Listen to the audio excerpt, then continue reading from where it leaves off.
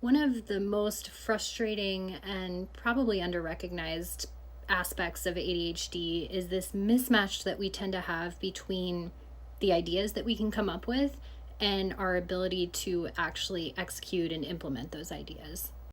People with ADHD tend to be really creative, and part of that is because our minds are constantly bouncing from one thing to the next. Like, we're just statistically more likely to come up with something interesting because we're thinking about all of these different things all the time. But then when we think about kind of taking those ideas that we have and translating them into something in real life, we struggle with things like forgetting the idea that we had, or struggling to figure out, like, what are the steps to go from point A to point B to point C, or how can we think about what we want to do and break it down into smaller tasks so we can actually start taking action, or how can we start to approach this task in a way that doesn't feel super intimidating so we actually make progress instead of getting stuck in perfectionism and not moving.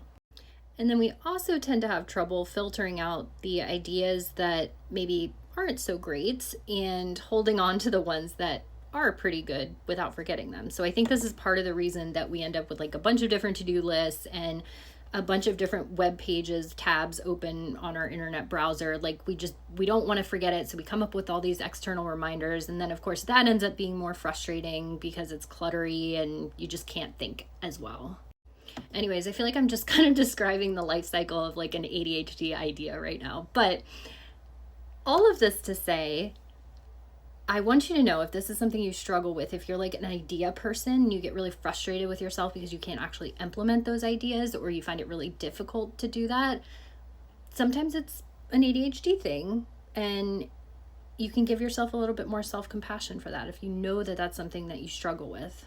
It does kind of help, I think, to think of your mind as like this great idea generator. Like, it's super exciting, it's creative, but maybe you're not going to act on every single thing that comes across your mind. So I do think it can be helpful to have things like, a notepad on your desk where you can jot down the ideas that come up while you're supposed to be focusing on something else. You don't want to jot down a lot of detail, just enough to like jog your memory later on if you need to go back to doing what you were doing. But it can be nice to have those external reminders because we do tend to forget things. Our minds are bouncing from one thing to the next. So all of this also means that we may need to come to terms that we need more help from other people.